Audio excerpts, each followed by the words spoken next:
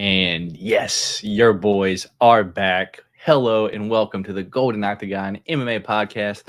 My name is Matt. D Rose is on that side of your screen. And this weekend, we've got UFC in Sao Paulo, Brazil. But before we get into that, we've got some UFC news. And I'm sure y'all want to hear our thoughts on the whole Francis versus Fury and all that. And got to maybe glaze over UFC 294 because we haven't been here for 2 weeks. But before we get into it, D-Rose, how you been? And I'll pull up the chat, my guy. Yeah, things been great this way. It was a little weird to not have any fights this past week, but it might have been a little bit of a good thing. It was a little bit of a breather, and it did put a little bit more of the attention towards the Francis and Fury fight. So I thought that was ended up being a better fight than I think most had anticipated. And yeah, I think Francis really did his thing, but we'll get into all that stuff. But gambling wise, I've been getting my ass busted these last few weeks in football and UFC. Luckily, I Sunday ended up turning some around and hit a couple parlays to get my account up a little bit. But I'm telling you, other than this past Sunday, I've been getting my ass whooped by FanDuel. Yeah, not too different over here, but it is what it is. We got UFC fights back, baby, and that's what we love to make our money on. Shout out the chat real quick. Lush in here. Let's go back to normal indeed, brother. Appreciate you stopping by, Lush. Yes, and, I can't wait for the show. We are here. And back to the routine. Our other guy here is Austin. What's going on? Brazil. We are in Brazil, in the favelas. Dude, Sao Paulo is like favelas, and then city is like it's like a line, dude. It looks absolutely crazy. Like have you been there? Actually put it in the little the thing. See all the favelas, and then right behind the favelas there's skyscrapers. Yeah, that's crazy. It's absolutely nuts, dude. But yeah, honestly, that looks like some kind of Roblox or Roblox type of screenshot. I thought that's what that was from. I honestly did not realize that was an actual real place. I thought that was Photoshop or something. People live in those, dude, on the side of a hill, dude. It's absolutely nuts. But that's where Oliveira's from. So, dude, he came from absolutely nothing. Pretty much not all the Brazilian fighters, but a lot of the Brazilian fighters, that's where they came from, dude. Absolutely nothing. But yeah, dude, we are live, Lush. Hey, we got Gym Card Collecting in here. Appreciate you stopping by. And we got Derek Goofrey in here. We appreciate you stopping by, Derek. So yeah, we got the chat all shouted out. Not too many in here today, but people forgot about us. We're gone for a whole week, D-Rose. But real quick, UFC 294 Abu Dhabi. The main event, Islam Volk, 10 days notice, it is what it is. The co-main event, I actually really want to talk about, and I truly don't remember our picks too much, D-Rose, but I do know that was there 13 fights or was there 12 fights on the card? But I thought it was 13. All right. Well, anyway, I got 12 of the 13 right. The only one that I did not get right was Anshul Jubilee versus Mike Breeden, and that's because Mike Breeden's got that dog in him, and then he got cut from the UFC quite literally afterwards too, dude. Oh, he got cut. Yeah, dude, you had that performance. I know he missed weight, but dude, come on, you end up having a performance like that, and you end up getting cut. That's yeah, that's crazy. Yeah, but I guess so I am and still pick champ this week, just kind of like the end of last year. Once football season starts, I know pick champ staying home because D-Rose don't tend to care too much about fights. He's more interested in football. So pick champ staying here, baby. Thoughts to do on I guess the main event, or I know you want to talk about Usman versus Khamzat though. Yeah, no, really I guess just the main event. The only thing, we all know the fight, the results, whatever. So I'm not really talking about the results. I want to more or less talk about the reasoning for why I didn't think that it was smart for Volt to take the fight, more or less just because you were taking a big risk, and there were a lot of people that were saying, hey, there's no risk to this for Volt because hey, he just goes back down to 145 and continues doing his thing, but that last fight that he had against Islam, he lost the fight. And I agree that he lost the fight, even if there are people who thought he won. I thought he lost the first fight, but he really saved face in that 5th round to where people thought that he won the fight. It was a very competitive fight between him and Islam, but he was able to save face, similar to what Francis Ngannou did this past weekend, and we'll get into that. But Islam taking that fight on 10 days notice against him for Volk. Yeah, I mean, that's just a lot of risk. And for now, he's 35 years old. I think his chance for double champ status is done. And we just don't know the lasting damage that could really last on him from taking the type of knockout that he did take, in terms of, could he go back to 145? And dude, I mean, I don't know if he wouldn't get smoked by Topuria now. I mean, I'll tell you this. If Volk is actually serious about wanting to get booked against Topuria in January, I'm picking Topuria to win that fight. Like, I don't care. Yeah, I was going to pick him from the beginning. Yeah, dude, as soon as that betting line drops, I'm dropping all the money on Topuria, because if Islam was able to put Volk away like that, if he tries to turn it around that quickly and fight another killer like Islam or like Topuria, that's going to be bad news for Volk. I would really like for him to take some time off if he really cared about his title run. Yeah, I agree, man. Because Topuria, dude, I've been on him since I think it was a Ryan Hall fight. I was like, I'm a Ryan Hall fan and I want him to win, dude. But I've seen Ilya fight once and he's just got absolute power. And obviously Ryan Hall is probably going to get snoozed rolling for like a leg lock. And that's exactly what happened. And then I'm like, all right, Ilya Topuria is for real. And the only other time that I've ever picked against him was when I knew I was going to be wrong. But it was the Bryce Mitchell fight. When I was like, my stomach's telling me one thing, but my heart's telling me one. I'm going thug nasty. Dude, Ilya is no joke. And, dude, he is a legit contender, dude. And probably has the most power at 145, dude. I don't know anyone else. Oh, without a doubt. Yeah. Absolutely nuts, dude. But, shout out Derek Goofer real quick. I just not saw this, brother. 199 super. So Derek? Appreciate it, sir. Man. Thank you, sir, for spending your hard-earned money over here on us. Topuria's the man. Don't take him lightly. Yeah, and that's basically what we're saying. If like Volk tries to take Ilya too lightly, it's not going to be a good look, to be honest. And Lush saying, I'm getting the same feelings about Aspinall Pavlovich been training for the backup for Jones or Stipe. Interesting. All right. Oh. I didn't realize that. He was the backup.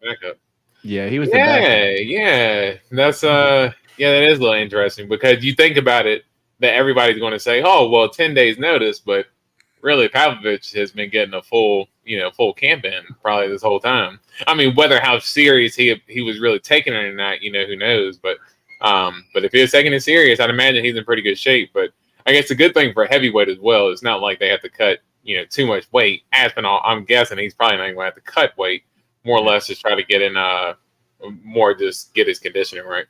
Yeah, for the most part. So yeah, dude, co-main event, dude.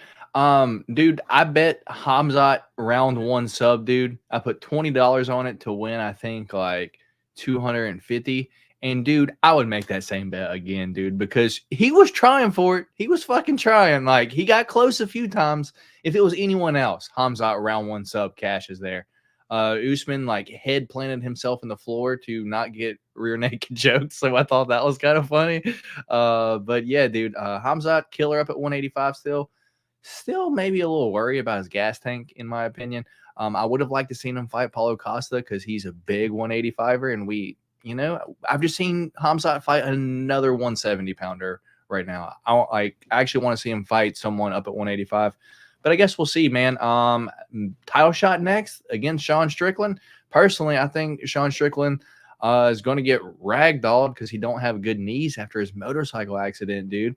And yeah, dude, that's why he don't wrestle anymore. And I think Khamzat's just going to do Khamzat things to Sean Strickland if that's the next title fight. What do you think, man? Well, I guess what I was going to ask was, I know you said you thought what would happen in a matchup between Khamzat and Strickland, but do you think that's the matchup that's going to happen next? It seems like. Do you think Khamzat fights for the title? It seems that's what UFC is trying to do, man.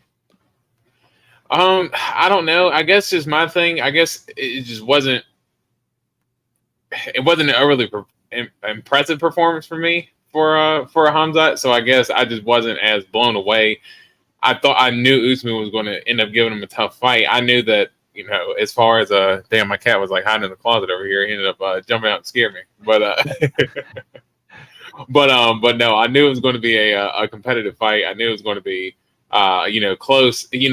Usman, he is super smart, super strong. Good conditioning. So kind of all the stuff that really gives Khamzat problems. So I can understand how Khamzat wasn't able to finish Usman.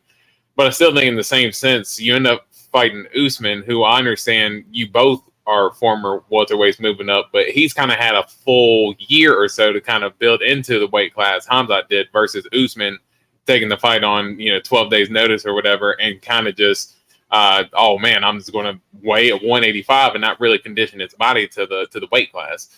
So for him to kind of, not fall short, but not really come away impressive.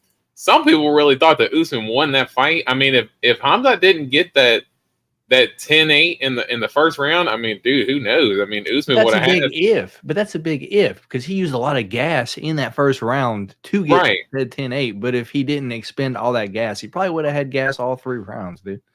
Right, but I guess my point is, I wonder how that judging would have been in the first round if it had been in Vegas versus it being in Abu Dhabi. You know what I mean? Sometimes that it's just I don't know if that's really title shot worthy for me. I'm with Lush. I don't know about, and you could put it in the comment, but I don't know about Khamzat versus DDP. I think it needs to be DDP versus Strickland. And that's just me. Right. I think that's the fight. Yeah, and I think Dricus has done enough to earn the shot. Live High wants to know, do you guys train BJJ or any martial arts? D-Rose, I don't know if you've ever trained, dude. No. The most I've ever done training is VR boxing. That's about as much as I've ever done. I do it, not super frequently, but I'll do it, a couple times a month, and it's you can get you a good workout in there, but it's fun as hell though. Yeah, me personally, I do not currently train. I have quite a bit in the past, but things happen in life. Shit's really expensive. But maybe I'll get back into it soon. I don't know. I bet Khamzat to finish and Islam over 3. Oh, sorry, Lush. I'm sorry, man. No way Khamzat gets a shot before DDP. All right, fair enough. And then Austin saying Khamzat doesn't seem invincible anymore like he did back in the Fight Island days. And I think that kind of might be, dude, Fight Island Khamzat was like a mythical fighter, dude. That they better keep Bobby Knuckles away from Khamzat. I honestly don't know who. I honestly think Strickland does a lot better than people think. Me too. I think I'm just not a fan of Sean Strickland, so it is what it is. Khamzat versus DDP for #1 contender. So you like that fight, D-Rose? No, that's why I was saying that I don't like that fight as much as I just like the Strickland versus DDP fight, because I think the style and matchup with Dricus and Sean Strickland, like, I know Sean Strickland's got that crazy defense, but dude, what's he going to do when Dricus just blitzes forward? You know what I mean? I just think the style matchup for me, I just think that's the more interesting fight, and I just don't think Khamzat's done enough to earn a title shot just yet. I think he needs to at least get one more, like you said. Maybe Costa, maybe you go ahead and run it back. I'd like to see that matchup for Khamzat next.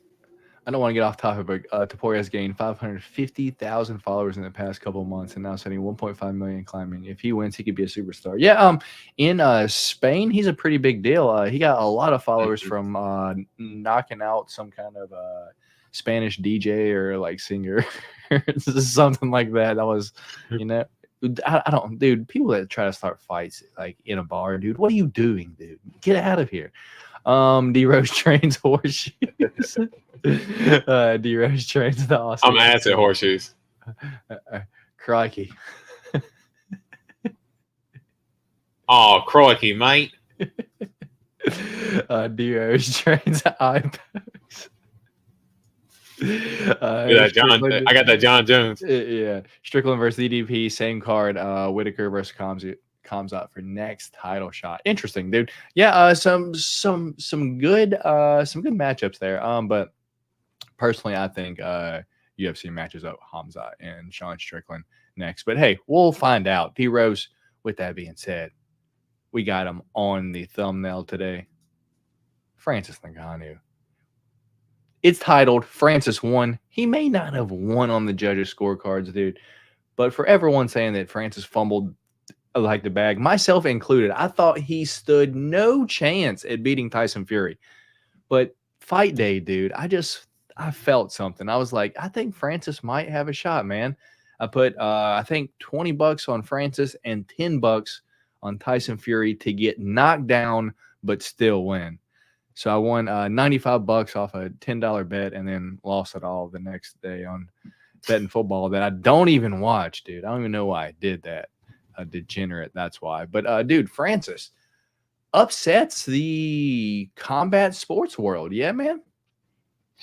Yeah, I think so. I think that I think you kind of titled it, or I think you kind of led into it perfectly, saying that, you know, he didn't win the fight, but I think he won in total because, you know, a lot of people didn't think, or, you know, he had a real chance. You know, I think they said he did some amateur boxing at one point in time, but he never really did anything professionally. And, you know, that was really kind of his first time stepping up into the big boxing stage like that over in Saudi Arabia, where, you know, they're going to have a lot of vested interest. And, hey, let me, hey, y'all see on the UFC though, that, oh, so that's how my Muay Thai is in real life. But shit, I'm not gonna lie, I ended up Francis on Saturday, dude. Yeah, I ended up reading that and get thrown off where I was going. But no, I do think Francis won the whole night, and the knockdown was really the big point there. And when you look at Tyson Fury's face after the fight, dude, he's like, yeah, it was a shot to the back of my head. He wasn't that much of a power puncher. You got Tyson Fury freaking throwing elbows, dude, and everything. Dude, I mean, look, you got to learn from the best in Bill Belichick. Be sitting in the blinds with the binoculars. I mean, come on, man. Like, they've been doing it for years. But no, I think Francis in total, yeah, that knockdown was huge for him. I think the biggest thing, I thought he won about 3 rounds or so. I thought 2 or 3, yeah.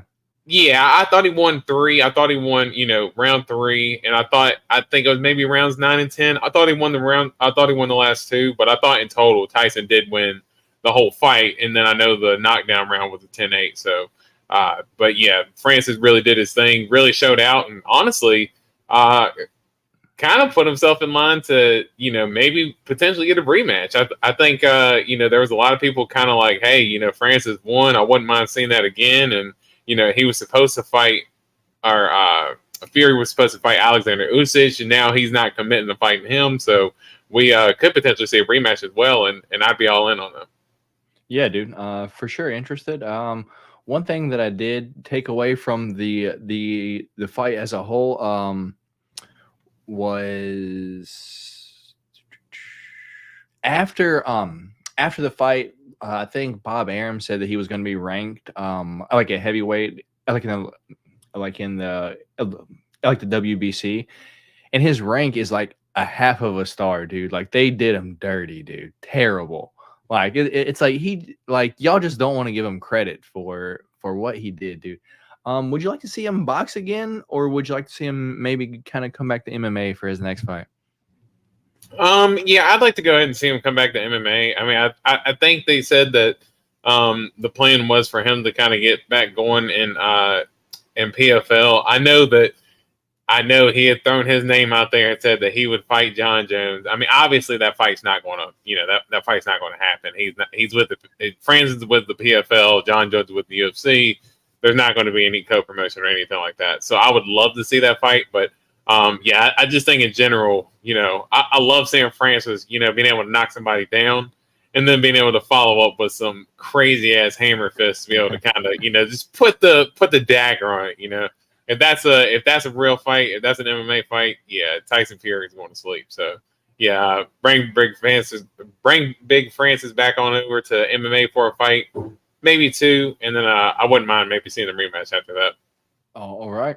Fair enough, brother. With that being said, we got some fight news and announcements and breaking news just in. American Top Team is changing its name to D-Rose Top Team. I mean, me and y'all are nuts. Me and Lambert got together and we was like, I like the thought of it, and really goes to show me and Dan Lambert, our relationship really came a long way. Could you imagine the bowling ball that Andy Ruiz is versus Francis Ngannou, dude? That would be it. Dude, I don't know if Andy Ruiz could reach Francis's head, dude. He's a pretty short guy, right? But Anthony Joshua I believe Anthony Joshua was a little bit taller, and Ruiz went to town on Anthony Joshua at that one time. So Ruiz got some hands, but I think Francis, no need for that fight. Dude, they keep them coming today. D-Rose is supposed to train Dylan Dennis. Yeah. Why do you think he lost? Because I was supposed to, but I didn't. Yeah. Did you see Gary got kicked out of his gym again? Yeah. This was Leon Edwards, and his team doesn't want Ian Gary training with them anymore, apparently, D-Rose, because maybe something that took place in the gym, like from the reports that I heard, it was like I don't want to say he felt threatened by Ian Gary, so he isn't allowed to train there anymore. What's your thoughts on that? I found that interesting, just to say that, but I understand it in a sense, because you can see Ian Gary, he's already booked against, Vicente Luque right now, who was a former training partner at one point.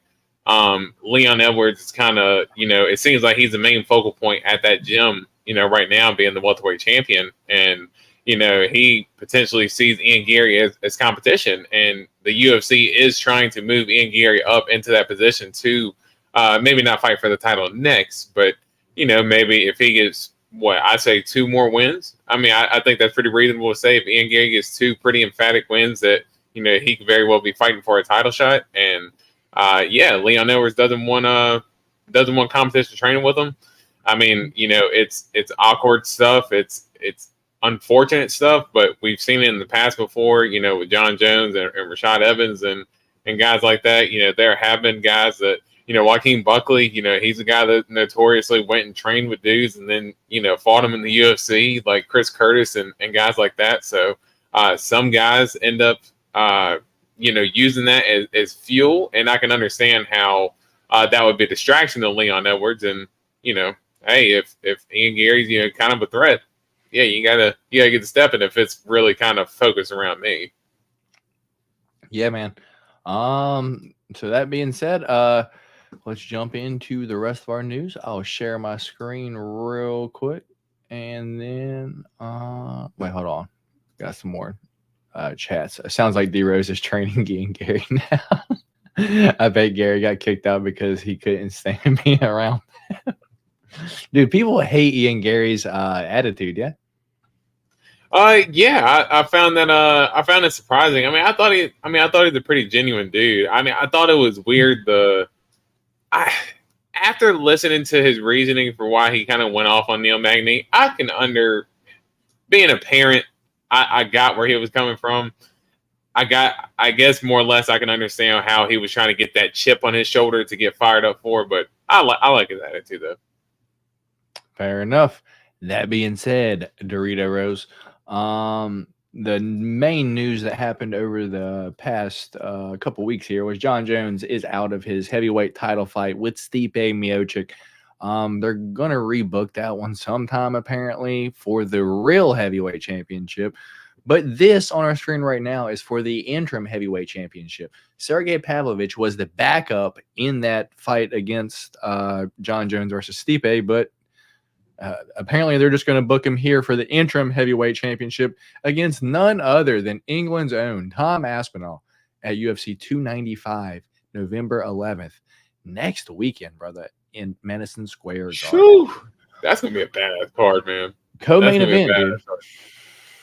Yeah, I guess makes sense as co-main event because taking the fight on short notice and everything. They're not as marketable as I would say Yuri, who is a former champ. Coming in to try to reclaim his throne, and Alex Pereira. Yeah. This was about to say Alex Pereira, obviously a big star. It's at Madison Square Garden. Alex Pereira had his title victory at Madison Square Garden last year, so it's his return back. The only thing they're missing on this card is Michael Chandler, dude. Pretty much. Yeah, Michael Chandler and like a Dustin Poirier fight, or something. Him just versus anyone on this card would just be like, dude, I might take out a loan and go to this card. Yeah, it's absolutely nuts for this, dude. Yeah, I think I might put a lien on my home to be able to go and but no, it's gonna be a badass card. If I'm being honest, and we can throw it to the chat too to see what they think. Isn't this the more competitive fight anyway, more than Jon Jones and Stipe? I mean, this is more the competitive fight that we were of course, but they wanted Jon versus Stipe for the legacy fight. Yeah. I get it. But here's the thing that's even more stupid is that this is the interim title fight, right? So the winner of this fight is going to be the interim UFC heavyweight champion. Mm-hmm. The UFC is still going to look to book Jon Jones, who is probably on a timetable of an 8-month recovery or so. They're still going to look to book Jon Jones versus Stipe next year. So the interim champion is just going to take a step to the side while Stipe and Jon fight. I mean, it just doesn't make sense. We're past it. I mean, I wouldn't be surprised if Jon doesn't fight again. I think honestly, Jon Jones. You see what happened at light heavyweight. Yuri and Jamal Hill both vacated their belts. I'm not saying that obviously Jon Jones is the much bigger star, but I think this needs to be for the vacant heavyweight belt. I don't think it needs to be any interim type of title fight. I agree, man. And dude, Stipe, and right here's his comment. I wouldn't count on Stipe. Exactly, dude. It's just, dude, Stipe's already old as shit, dude. This was pretty much at the end of his timeline already, and now they're trying to push it out another year, dude. Good fucking luck. I doubt it, dude. And Jim Card Collecting, Aspinall is a great opponent, but I want to see Pavlovich versus the slot machines too. That would have been a hell of a. Maybe he can hit the slots. I'm sure New York got some slots up there somewhere. He can hit those afterwards. Sergey is an underdog at the moment, and I'm playing him. Good luck, Lush. I don't know if I'm agreeing with you on that one, my guy. But up next, D-Rose, we do have. Please let me find this line, dude. Let me find this line. We've got Bruno Ferreira taking on Phil Hawes, dude. UFC Vegas 83. For those of you that don't know, Tate the Cutman basically rocks Phil Hawes when he's putting the Vaseline on his face. So that being said, Bruno Ferreira is going to absolutely knock Phil Hawes' fucking block off on January 13th. If this isn't minus 600 Bruno Ferreira, dude, I have to bet it. What's your thoughts on this fight, dude? Is it in Brazil? No, it's January 13th. January 13th. Okay, I didn't know if it said like in, whatever, Brazilian city or whatever UFC they were Vegas at. But 83. Okay, so Vegas. Okay. Ooh. Betting wise, I don't know, man. I mean, we just seen Bruno get flatlined by a no-namer, Russian? Yeah, dude, but Bruno flatlined Gregory Rodriguez, dude. Yeah, I mean, he did. I just you can bet on me not betting on this fight. How about that? Dude, we are incredible Phil Hawes faders. You're not backing out. Oh, yes. Oh, dude, I will. Oh, dude, you know me. I cannot tell you the number of bets that I've hit betting against Phil Hawes. I mean, I remember when I still bet on Chris Curtis to beat him, and he was like, huh? Yeah, and I ended up betting on Chris. He was like plus 280. I was like, yeah, he's going to end up knocking him out. But Bruno's coming off that knockout. where they're both plus money. Dude, seriously, that's what I'm saying. Like, dude, I think they're both ass. So I'm like, I just don't feel comfortable. Like, I'm a notorious Phil Hawes fader. I think I'm just gonna stay away. Dude, one of my favorite lines ever that me and you agreed on that we played was Roman Dolidze was going to knock out Phil Hawes at plus 500. And by damn, if he didn't, dude, I got scared when he almost fucking subbed him, but Phil Hawes didn't tap and just tore his knee instead. Let his knee got knocked out, dude. Dude, it's brutal. Yeah. We were in 100% on that for sure. Yeah, here we go. I gotta run with Piera and Aspinall, but happy for any guy that wins. Love Jiri and love Pavlovich. Yeah, dude, it's so hard, dude. I'm such a fan of so many fighters. Like there's like sometimes when it's hard to pick against. Like, yeah, I like both these guys, but hey. Up next, we've got Matt Schnell is out, and Steve Erceg will now face Alessandro Costa. UFC 295. That's next week, brother. Thoughts on that? Hey, that's your guy, ain't it? Alessandro Costa? Alessandro Costa. Yeah, I think I got the picture right here. He is on the left. Fights down at 125. Yeah, that's your guy, man. But but no, that's English at all, so couldn't communicate. But you know, hey, at least he was cool enough to take a picture though, so that's awesome. But no, hey, Steve Erceg is tough though. But that is a good fight. Yeah, but Costa's always he's very competitive too. I still remember him giving Amir Albazi a really tough time before Albazi knocked him out. But yeah, that should be a good trains fight. Very closely with Diego Lopes, as you saw in the picture, dude, right beside each other all the time, man. Yeah, that's cool. Yeah. Up next, we do have an absolute banger, D Rose. We've got Benny D Dariush, and he loves Jesus, but he is going to be taking on Arman Saryukin, Austin on December 2nd. And some quick little breakdown. I'll be on vacation the week before this, so you guys will get hopefully a live podcast from the beaches of Jamaica if I have decent enough Wi-Fi down there. But we're gonna try to do the podcast while I'm on vacation the end of this month. But yeah, vacation plan the end of this month, but hopefully going to chat it up on the beach with y'all. D-Rose, what's your immediate thoughts on this one? Yeah, it's a hell of a fight. I mean, you know, I'm a Benny D fan. You know, I love the dude, and you know, he always brings the fight. And Arman, you know, he's kind of been on his climb up. Last one. Yeah, he did, and but I think really, you know, he's kind of been on his way up, and he hasn't really been able to kind of get that fight to really kind of put him over. I mean, he had the Gamrot fight, but Gamrot, I mean, we know how tough that dude is. I mean, that dude is just a hammer. But I think this is really Arman's kind of big chance to really catapult himself up because, you know, I think Islam after Gaethje and you know, after Gaethje or Charles, you know, you know, at the division, you know, Poirier's older and stuff. I think this is the fight to really try to get the young breed kind of up in the top 5 of the weight class. Hell yeah, dude. We've got how sick is the main card for UFC 296 in December? Looks like the biggest card in a while. Yeah, we got a little bit before we get there, brother.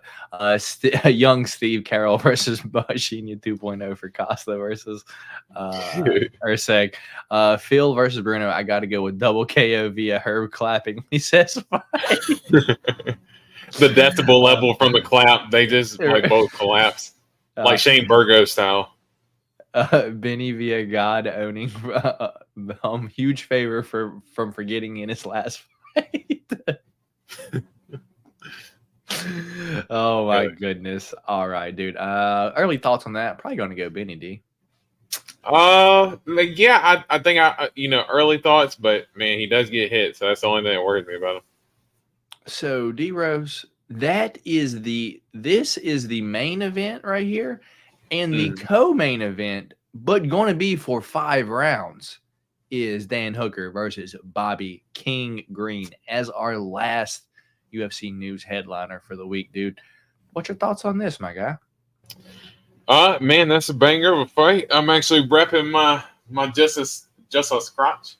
It's just a scratch, mate. Yeah, we repping the Hangman shirt now. So yeah, I think it should be a banger of a fight. Hey, and this is another one of those fights that we were talking about. You know, as far as having fighters that you like on both sides. You know how much of an advocate I've been for Bobby Green, even on this podcast, and you know how much of a fan I am of Dan Hooker as well. So this is another one of those fights for me where I'm just like, man, you know, may the best man win, but man, I hate seeing, you know, two fighters that I really like fight. But man, I mean, a really good fight between two veterans in the UFC. Crazy to think that they've been in the UFC for as long as both of them have been, and they haven't crossed paths. And a stand-up style where both of them come to bring it. So that should be a hell of a fight. That could be the main event. I think that's more like the people's main event, though. Like the people are it's still more 5 excited. rounds. Yeah, right. I know it just got the co-main title, but it's a people's main event. We know more people are gonna be excited for that Hooker and Bobby fight. Hell yeah. So with that being said, D-Rose, that's all our news that we have for the week. So let's jump into the fights for this weekend. We are in Sao Paulo, Brazil, where we do have Gelton Almeida taking on Derek Lewis. We are going to give you the breakdown, our predictions, our picks, if we have any parlays we're looking at, any props we might play, or any bets that we are looking at for this weekend. So before we get started, if you guys wouldn't mind, please hit a thumbs up on this video. We would greatly appreciate that. And let me get the screen shared, brother, and we'll jump right into it. You excited for this weekend, man? Man, I feel kind of bad for Derek Lewis because I mean we'll just let you know now. Yeah, Derek Lewis is running to a buzzsaw. I mean I love him at the death, but that's a tough one, man. I ain't gonna lie. We got Barbie. Hell yeah. Let's see. Lush going Dan Hooker, 3rd round KO. Silent 6 early prediction, Hooker KO. And then Lush agreeing with Silent 6. Look at that. All right. So Silent 6 and Lush both on Dan Hooker in that fight. But this weekend, we do have 13 fights taking place in Sao Paulo, Brazil at the I don't know how to say that. It's a gymnasium, though. It is going to be taking place at 6 p.m. Eastern time. In Sao Paulo, Brazil. 13 fights. And the main event this weekend is Mint Mobile, apparently. Is going to be Gelton Malhadinho Almeida taking on the Black Beast, Derek Lewis. We've got Gabriel Bonfim taking on the Danish Dynamite, Nicholas Dalby. We've got Rodrigo Nascimento taking on Don't Mace. We've got Caio the Natural Bahayo taking on Abus Magomedov. We've got the Black Belt Hunter, Rodolfo Vieira, taking on Armin Petrosian. We've got Ismail Bonfim taking on Vince from Hell Pichel. We've got Elvis Brenner taking on Cayman Kowicki. He was going to be taking on, I think, Francisco Prado this weekend. And the fight got switched around. Or he was going to take on someone from, going to be taking on an Argentinian dude. Was it Francisco Prado? Now I'm confused. Hell, I couldn't keep up. No, with what's the other Argentinian dude? Santiago Ponzinibbio? Nah. I could just scroll down. Esteban Ribovics. That's who it is. He was going to be taking on Esteban Ribovics, but that fight is scrapped, and he's now taking on a short notice 15-1 guy, also from Brasilia. We've got Daniel Marcos taking on Victor Hugo. We've got Elizeu Zaleski dos Santos taking on Renat Gladiator Fakhretdinov. We've got Vitor Petrino taking on Modestas Bukauskas. We've got Angie Overkill Hill taking on Denise Gomes. We've got the Mexican Rabbit, Maserat Conejo Ruiz, going to be taking on Eduardo Mora. And our first fight of the night is going to be Caio Fernandez taking on the Bone Crusher, Mark DeCasey. Dude, we've got some pretty solid matchups this weekend, huh? Yeah, good matchups. And, well, some of them are good, but some of them on that top top card. Heading toward that main card. Yeah, couple mismatches there. Yeah, we're gonna have a few minus 500 favorites this weekend. But let's get into it, dude.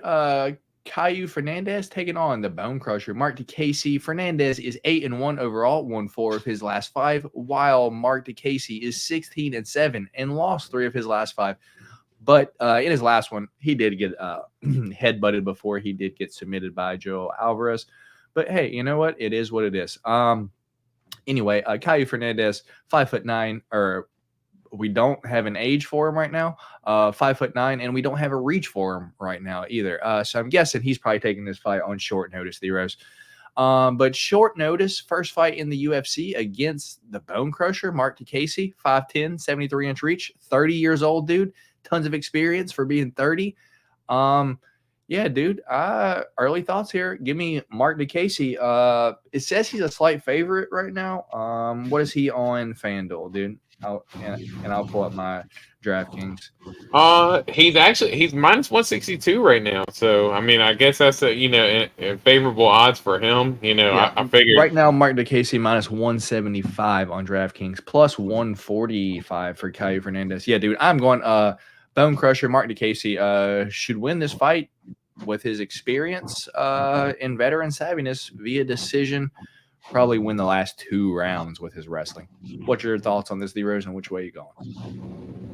Yeah, I would have to say that because it looks like Fernandez. It looks like he does have some finishing power. He's gotten some knockouts in his last few fights, and but one thing I can really give Mark DeCasey credit for, like you said, Joe Alvarez ended up hurting him with the headbutt, but for the most part, man, we never really seen Mark DeCasey hurt.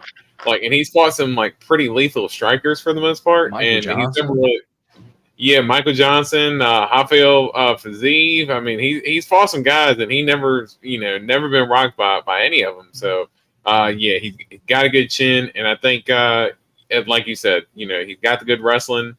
And, if he can, it seems like, if he can withstand kind of that first round or so, looks like he can maybe lean on that wrestling. And, really be able to kind of use that veteran savvy to pull off a win. So, I'm with you. I'm going to DeCasey here. All right, me and D-Rose both on the Bone Crusher, Mark DeCasey. You guys hear Lewis got arrested last Wednesday? Yeah, but apparently, he was able to fly to Brazil and all that. He was going 130-something in his Lambo. But, I mean, if you're in a Lamborghini, that's the only way to drive it, right? Silent Six, according to him, that wasn't him. That dude had hair. Fair enough, dude. Fair enough. Yeah, dude. Me and D-Rose both on Bone Crusher Mark DeCasey. He's got blue hair this week. I saw a little Instagram post earlier with Mark DeCasey. So he will not have blonde or red mohawk this week. Up next, D-Rose.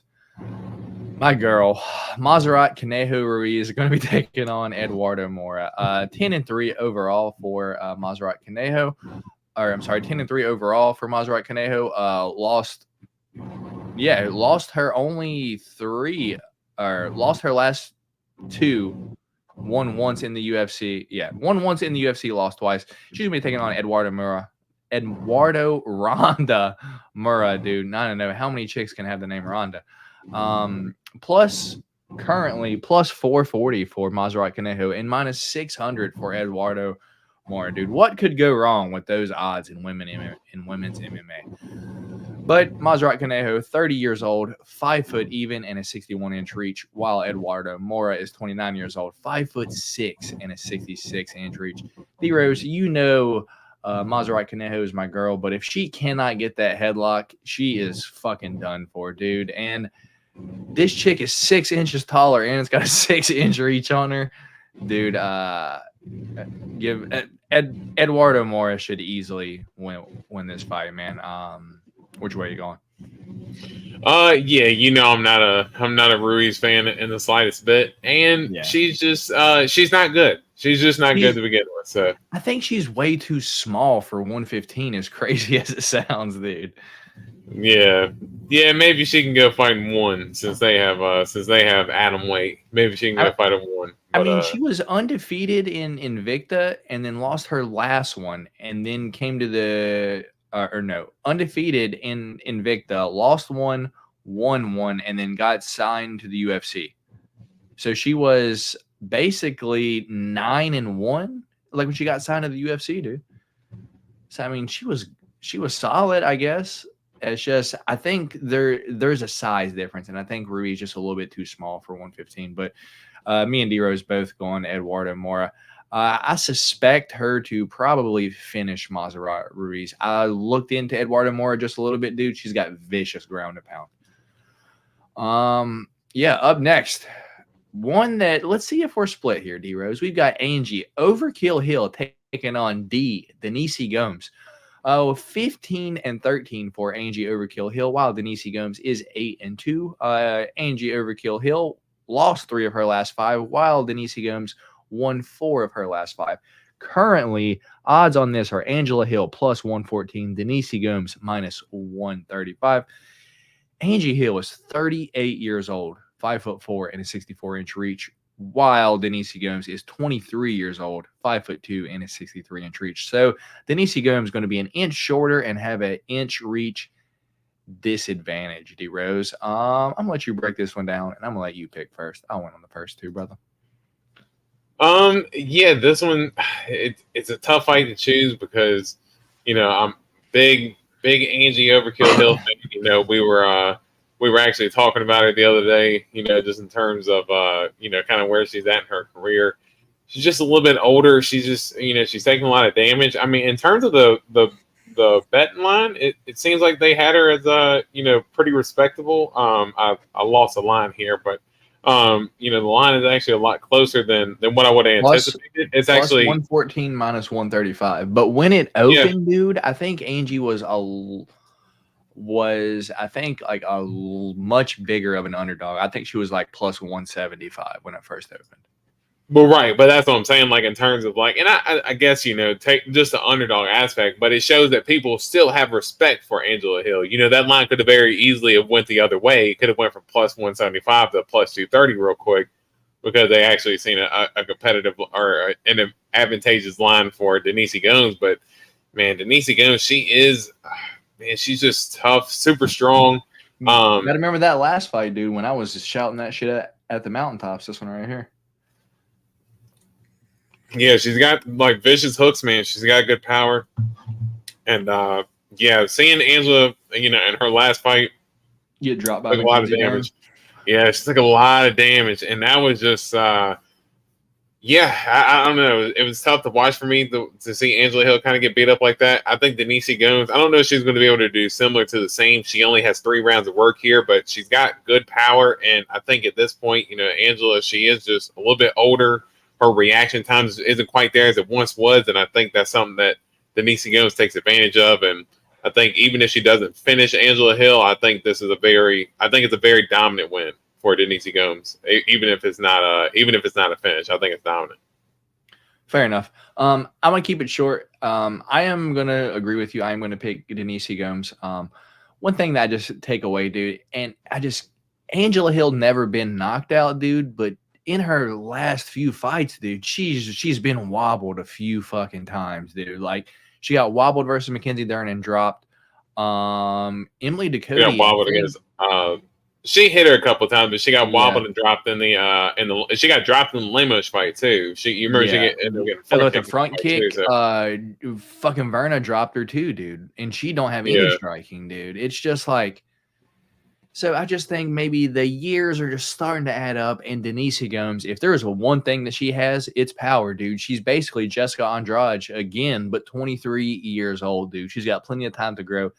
Denise Gomes going to hand Angela Hill her first knockout this weekend. That's the way I'm going. Denise Gomes. Up next, we do have a fantastic fight, in my opinion.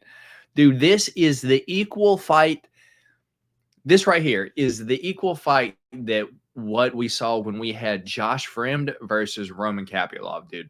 UFC does not like Josh Fremd, and he won, so they're like, all right, we're gonna bump you up the rankings just a little bit. Here's Josh Fremd. Yeah, dude, I think when like Modestas beat Tyson Pedro two times ago, and they're like, all right, we're gonna give you this guy moving down from heavyweight, Zach Palga, that has power, and beat him too, dude. I don't think UFC likes Modestas Bukauskas too much, dude. They're giving him Ikao Vitor Petrino. Dude, Vitor Petrino is an absolute fucking animal. 9-0. Yeah, dude. Modestas Bukauskas, the Baltic Gladiator. Wow, I got those mixed up.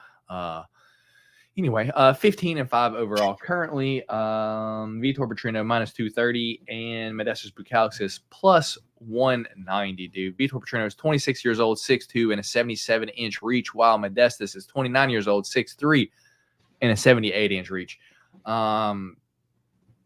Dude, there's not a fighter on the UFC roster that you'll be yelling at your TV anymore at than Modestas Bukauskas to do something if you have a bet on him, dude, because he's just – who's a person that's like, okay, Modestas Bukauskas is like the 205 Caitlin Chukagian, dude. He's just a point fighter, and that's all that he's got. He's going to skirt around the outside. He's going to kick. He's going to occasionally jab. But, dude, if you look at his fight stats, it's like he throws like 6 strikes per round or some shit. It's god-awful. And if he tries that shit with Vitor Petrino, I think Vitor Petrino is just going to kind of bull rush him and do what he did to was it Mikhail Oshajek or no, it was the Marcin Prachnio. Yeah, dude, I think he should win this fight rather easily. Massive dude. I don't know how he keeps his cardio for all 3 rounds, but has cardio all 3 rounds, dude. Yeah, give me Vitor Petrino. Which way are you going, man? Yeah, this is a honestly, I think it's a little bit tougher fight to call because I think, ever since Bukauskas kind of came back into the UFC from when he had taken his hiatus after he got his knee completely blasted off by Khalil Rountree, he's kind of went back and kind of revolved his game, and I know that dude, he fights the exact same. Yeah, but and the only thing I'd say is that he's a little bit more calculated, and I think better with his gas tank. A little sharper with the striking. So he's kind of sharpened up a couple things that he just wasn't as well with. Before he had left. And I'm going to take a flyer, man. I'm going Modestas Bukauskas here. I always Petrino is an absolute tank. He's and kind of an idiot. Huge. And I see why you're making the pick. Yeah, but man, the gas tank is the thing that worries me with Petrino, and I think that if he doesn't kind of get his way early, I wonder how much that's going to kind of discourage him. In terms of is he going to be able to get it to the ground? Is somebody with good footwork like Modestas Bukauskas going to be able to frustrate him? Yeah, so I'm gonna take a flyer here. I'm gonna take the underdog, man. I'm going Modestas Bukauskas. I think he gets it done by decision. I think as long as he can withstand the first round and maybe stay off his back, if he can prevent a takedown, stay on his feet, get some good footwork in, man, I think he can kind of, pepper him up from the outside and get a dub. Yeah, man. Like Modestas isn't peppering anything. He'll put one flake of pepper on something. He just doesn't do anything, dude. I don't know how you can make that pick, to be honest. But hey, I could be wrong.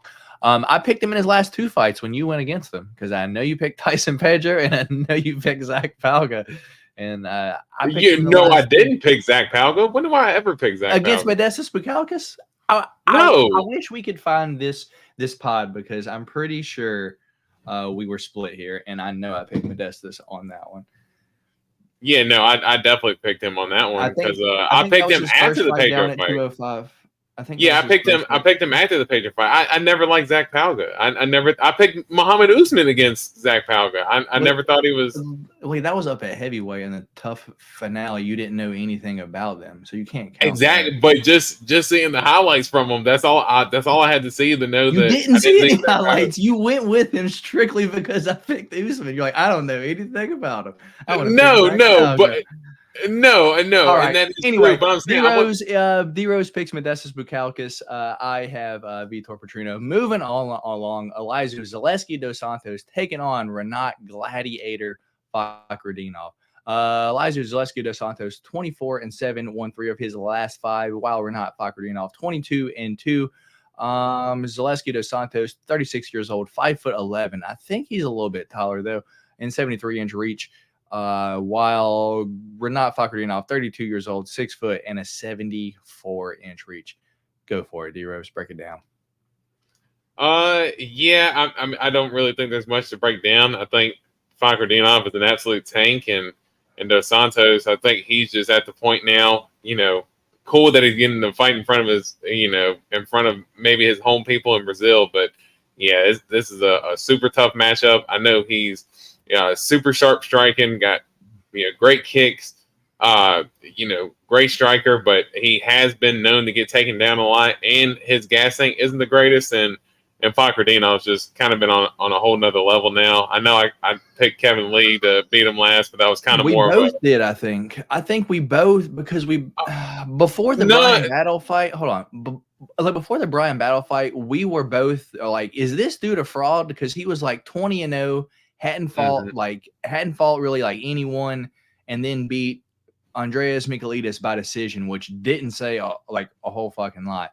So we were kind of thinking he was a fraud, but he beats Brian Battle pretty easily, and then snoozes Kevin Lee, chokes Kevin Lee. But it's like, still snooze him. He put him to sleep. I can't, bro. But it's like, I don't know. I can't look at the Kevin Lee one too much because how he looked against Diego Sanchez. So I just but I think at this point, Dos Santos too. Again, he's a lot older, and he beat the shit out of Benoit Saint Denis a couple fights ago. This one right here, a year ago, 2 years ago, beat the everlasting shit out of Benoit Saint Denis. Yeah.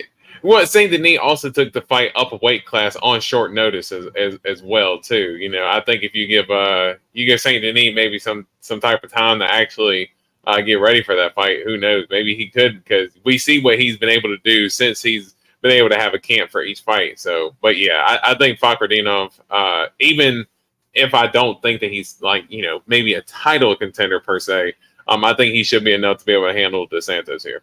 I think probably by finish. I just don't like the line, dude. Minus 360 for Renat Fakhretdinov, plus 285 for Elizeu Zaleski dos Santos. Dude, he was like minus 500 against Kevin Lee. That sounds like a very, very advantageous line. I just know we're in Brazil, dude, and Zaleski is like, he tends to show up when people don't expect him to, dude. I know he fought Abubakar, but Abubakar is not the best Nurmagomedov out of all of them. Probably the worst one out of all of them. Won via split decision, though, dude.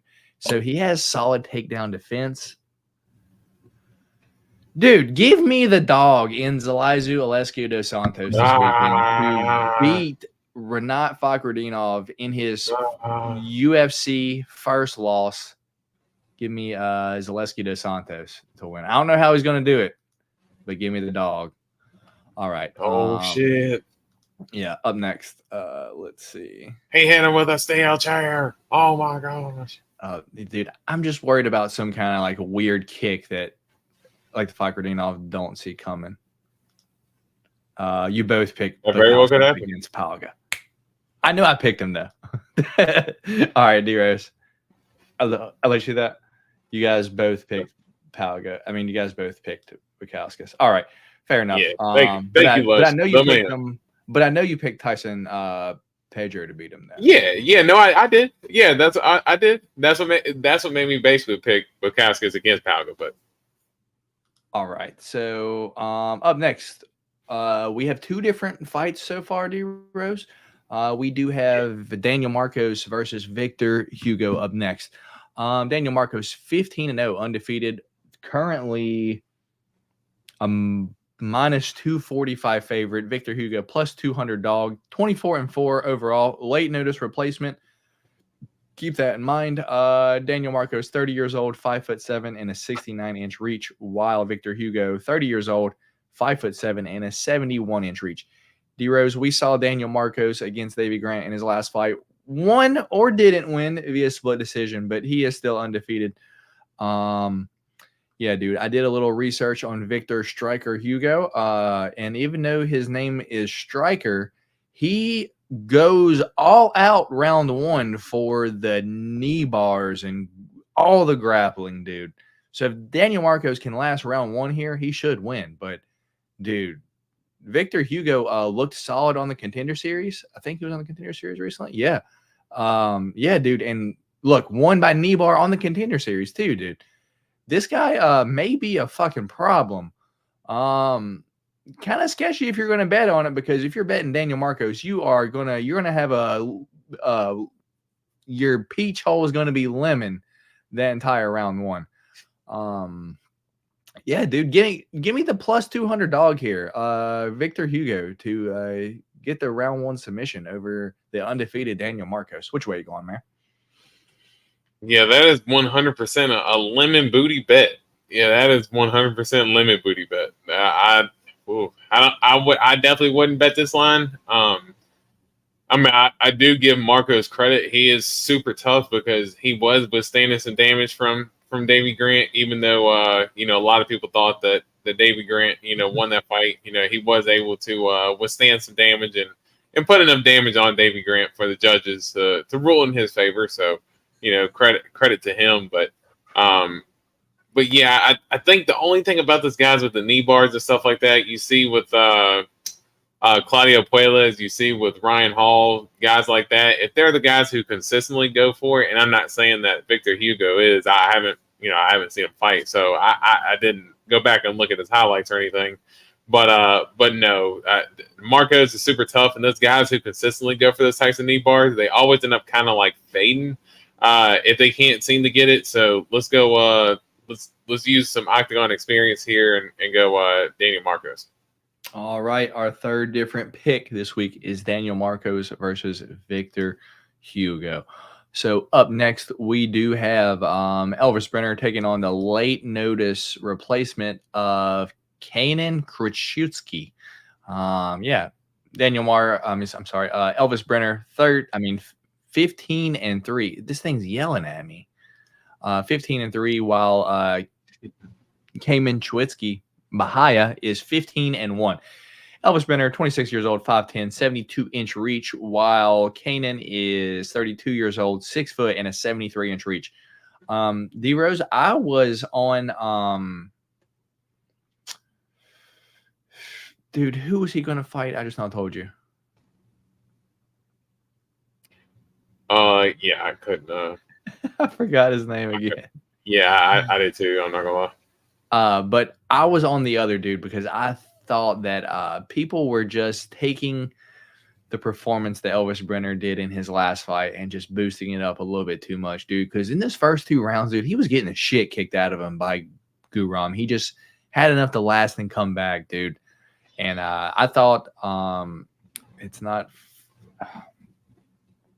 Jesus.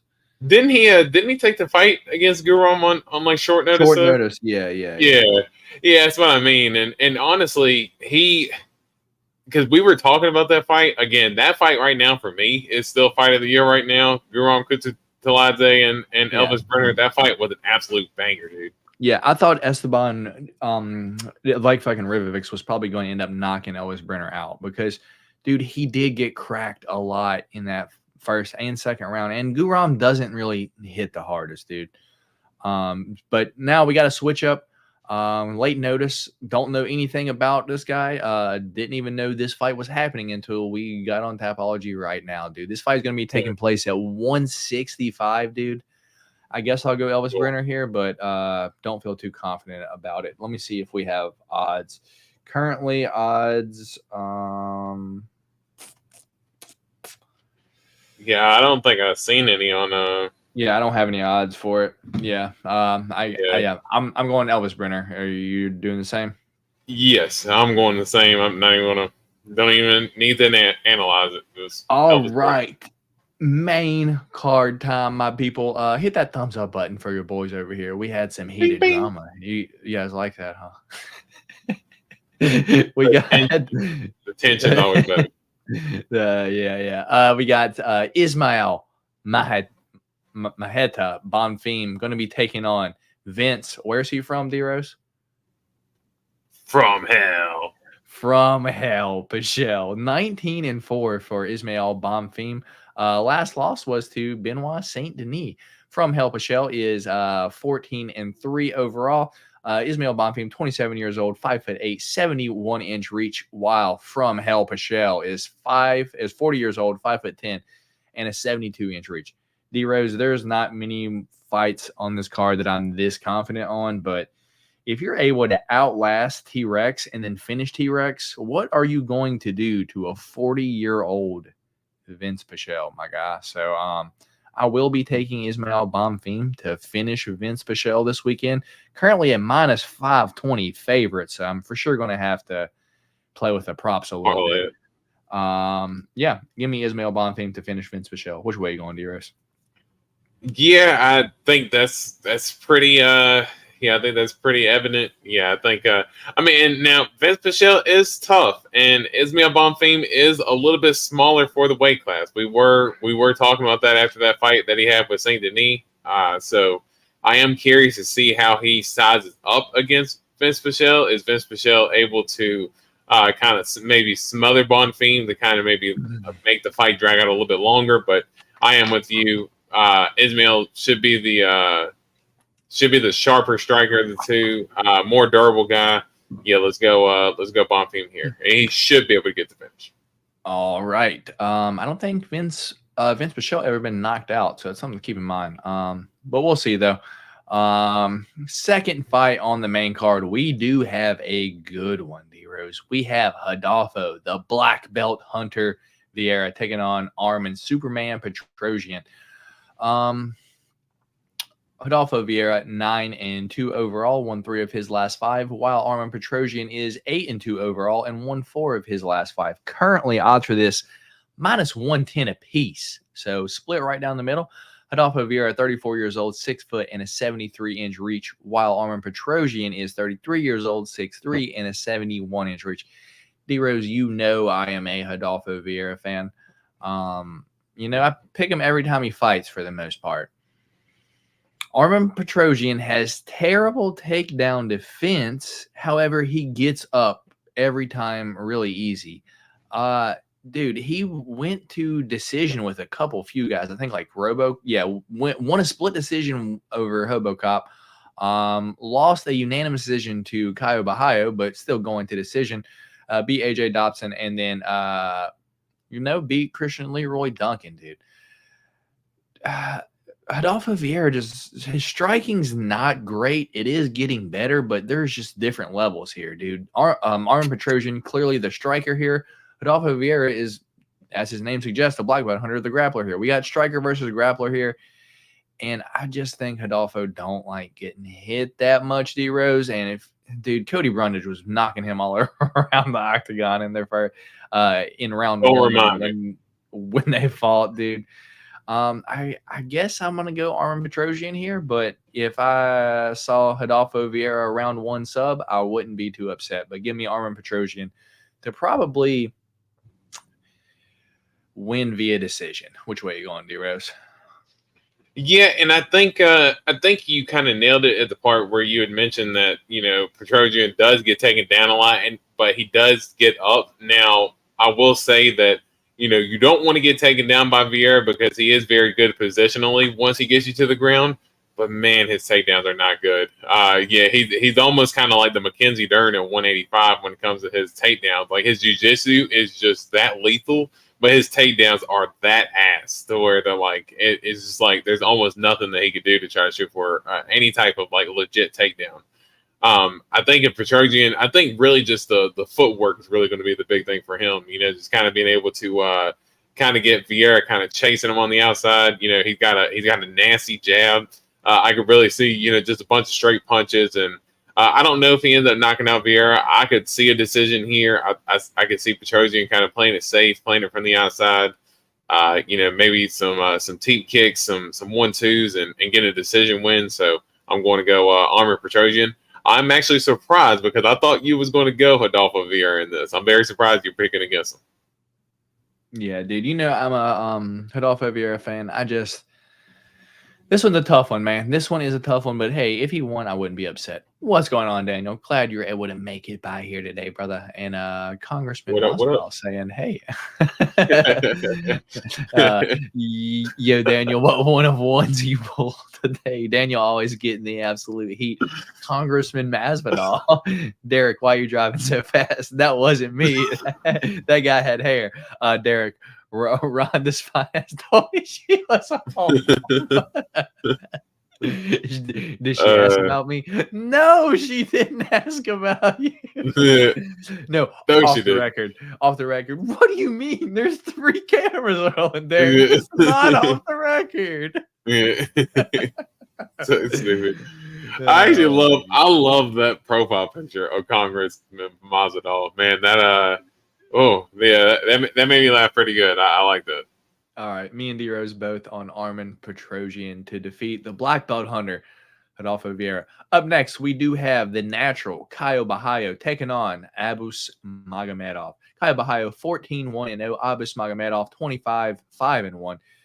Caio Bahayo is currently minus 305 favorite. Abus Magomedov plus 245 dog.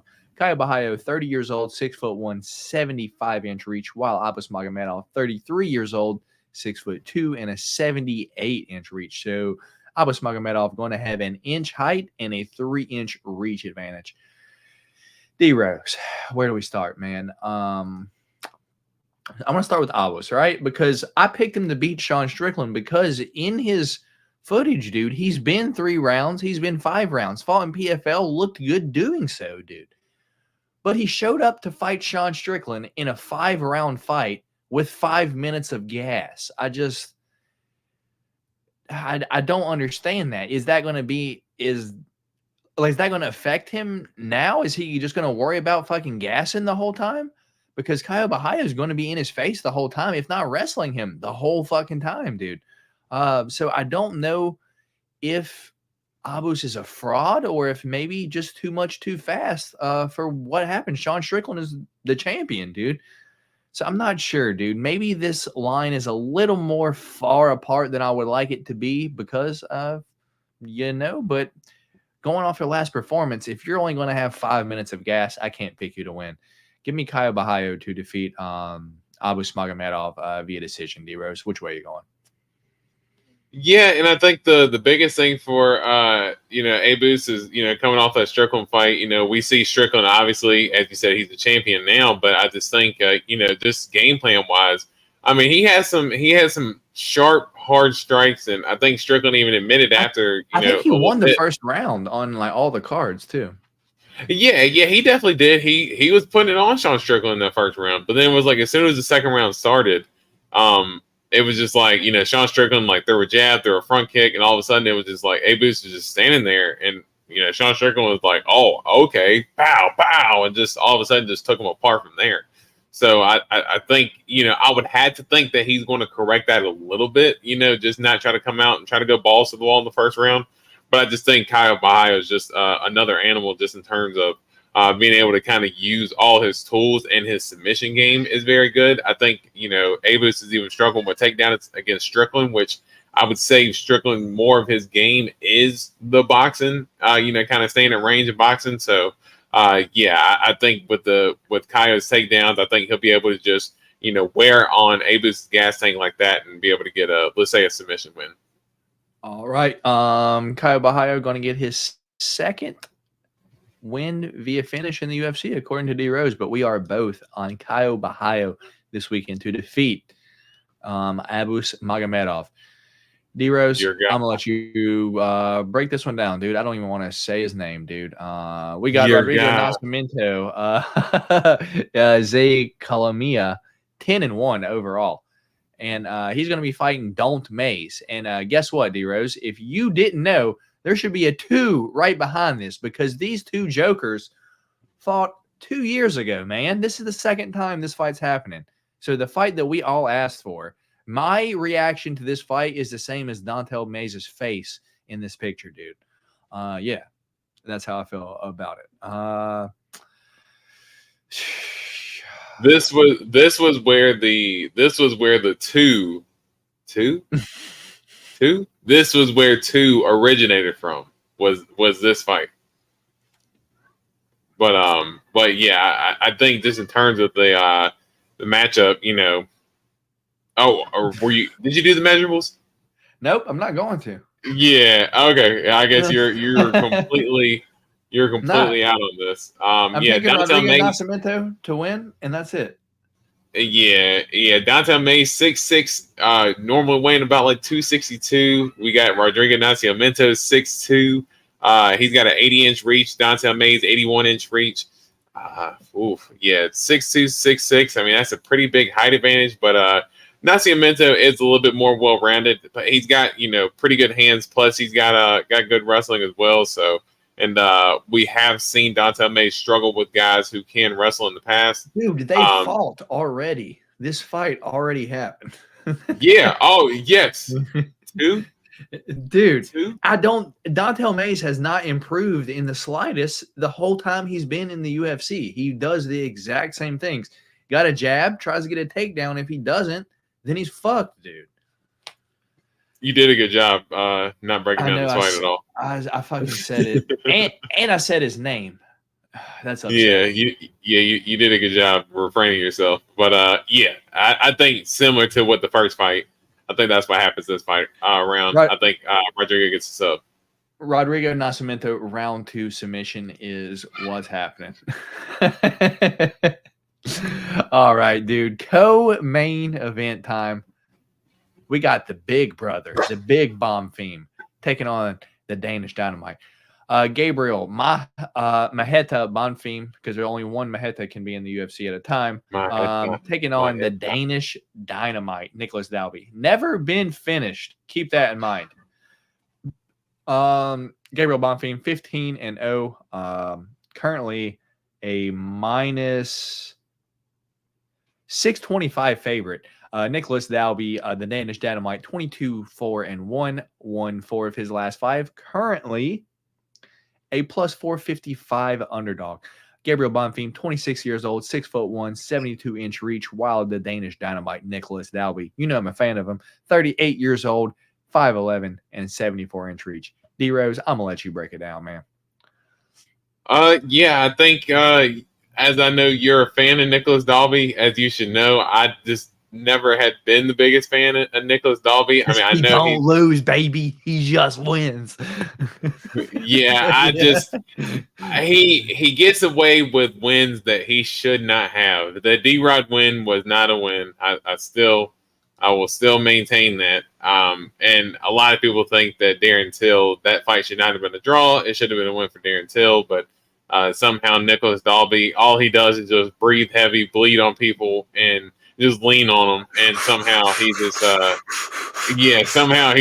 up and then he just puts his big ass forehead on people, and then next thing you know, he just rides off with the win. It's just like, damn it, he did it again. But I think Bonfim, fraud check. I think this is a check that Bonfim's gonna be able to cash on this one, because I just don't think Dalby's that good, man. I think Bonfim's a better athlete. I don't know if he's going to be able to finish Dalby, because Dalby is super tough. But I think just in terms of, just the better athlete, just as good at conditioning, but a little bit more power in his punches as well.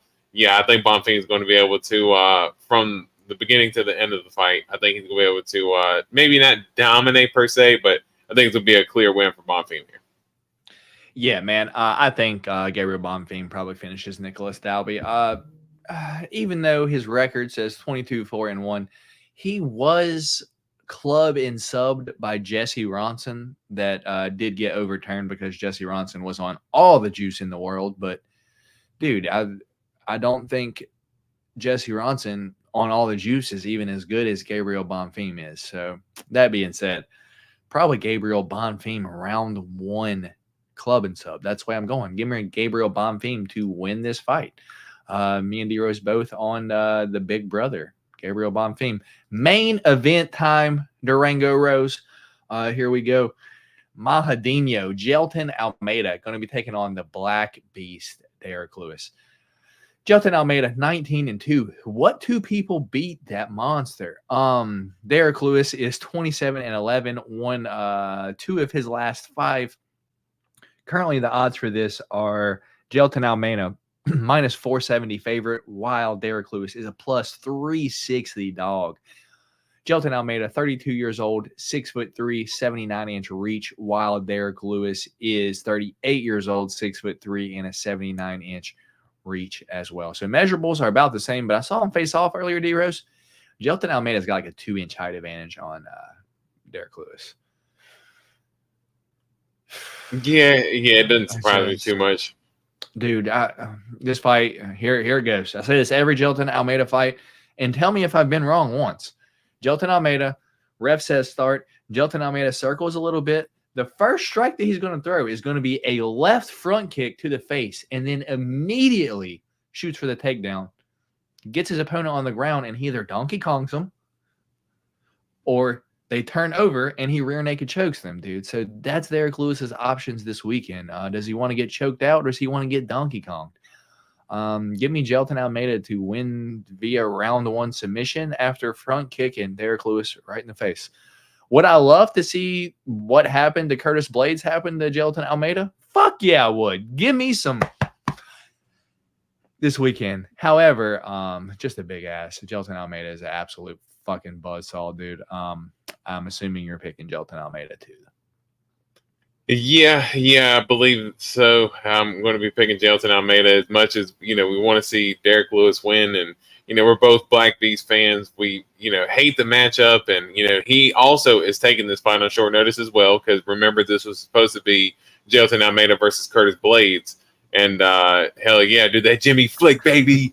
Man, that'd be some shit, dude, if he did do something like that. But yeah, unfortunately. He's going to get I think Derek Lewis is going to get submitted for sure. Yeah, I think Jelton wins. All right, D-Rose. I believe we only have 3 different picks this weekend, right? I believe it was 3, and man, it was a tough 3 to pick from, man, because there are a bunch of heavy favorites on this card. Yeah, dude, there really are. Me and you both have a pretty big underdog. D-Rose, our first different pick this weekend is going to be was it Bukowski Daniel Marcos versus Victor Hugo, where D-Rose is going Daniel Marcos. I am going Victor Hugo. Up next is Elizeu Zaleski dos Santos taking on Rinat Fakhretdinov, where I am going Elizeu Zaleski dos Santos to upset the huge favorite that D-Rose picked, Rinat Fakhretdinov. And the last one is going to be Vitor Petrino versus Modestas Bukauskas. So the 3 fights are right in a row, D-Rose. 3 in a row that we picked different on. Oh, man. Yeah, it's I was able to know the pick champ real quick. Yeah, I was able to know real quick. So that way we can get the pick champ over with in the night, and that way we're not stressing. And Lush hooked us up, letting us know. Let's go. $5 donation. That man. Thank you, Lush. Truly appreciate you spending your Mike Breed, dog. Go Notre Dame, right? All right, you guys picked different on Petrino versus Bukauskas. I got Vitor Petrino. D-Rose got Modestas Bukauskas. I got a favorite here. D-Rose got the dog. But the next 2, I have 2 huge dogs in Elizeu Zaleski dos Santos and Victor Hugo. Both plus 200 for Victor Hugo, and Zaleski is... I'll say Victor Hugo and Modestas Bukauskas are the same, are about the same line. Here, I'll the exact lines. Modestas Bukauskas is a plus 190 dog, Vitor Petrino minus 230 favorite. Victor Hugo plus 200 dog, Daniel Marcos minus 245 favorite. And Rinat Fakhretdinov minus 360 favorite, Zaleski plus 285 dogs. So both my dogs are 200 and above. D-Rose is at 190. But hey, pick champ staying here because Zaleski going to end Rinat Fakhretdinov's run this weekend. At least I think so. Or he might not. He might just get wrestled, but we'll see. with that being said, that's all of our different picks for this weekend. We appreciate all of y'all for stopping by here today, whether you're watching with your eyeballs or if you're just listening with your earballs. We appreciate you. Thank you very much. Anyone that stopped by today, commented, just chilled out, hung out with us in the chat, got our fight picks, or all y'all that are here every week just waiting to hear two dumbasses just talking in their fights. That we're never 100% correct, but we can be 70, 80% every damn week, which is what we shoot for the most part. C's get degrees. That's what I always learned in school. C's get degrees. Austin saying, thanks, guys. Have a good one. And Lush Lomain, stay safe, everyone, and good luck. And as always, y'all, we truly appreciate all y'all for stopping by. And remember, at the end of the day, it's a fist fight and anything can happen. So don't be out here betting your mortgage on fights because, once again, it's a fist fight and anything can happen. But that's going to be all from us. D-Rose, you got anything before we get out of here, man? No, man. Good pod. Good to be back. And we're coming for the pick champ this week so we can put the belt back on this chair this time around. All right. With that being said, we'll catch all of y'all next week for the recap and preview UFC 295 going to be in MSG. A little extra content next week. I might be heading over to D Rose's side, at least trying to. Tried to last time, didn't work. Going to try to again for the pay-per-view. Hopefully get a live stream for y'all. But with that being said, we'll catch y'all later. Hope y'all all have a blessed evening. Have a good week. Enjoy the fights this weekend. Peace.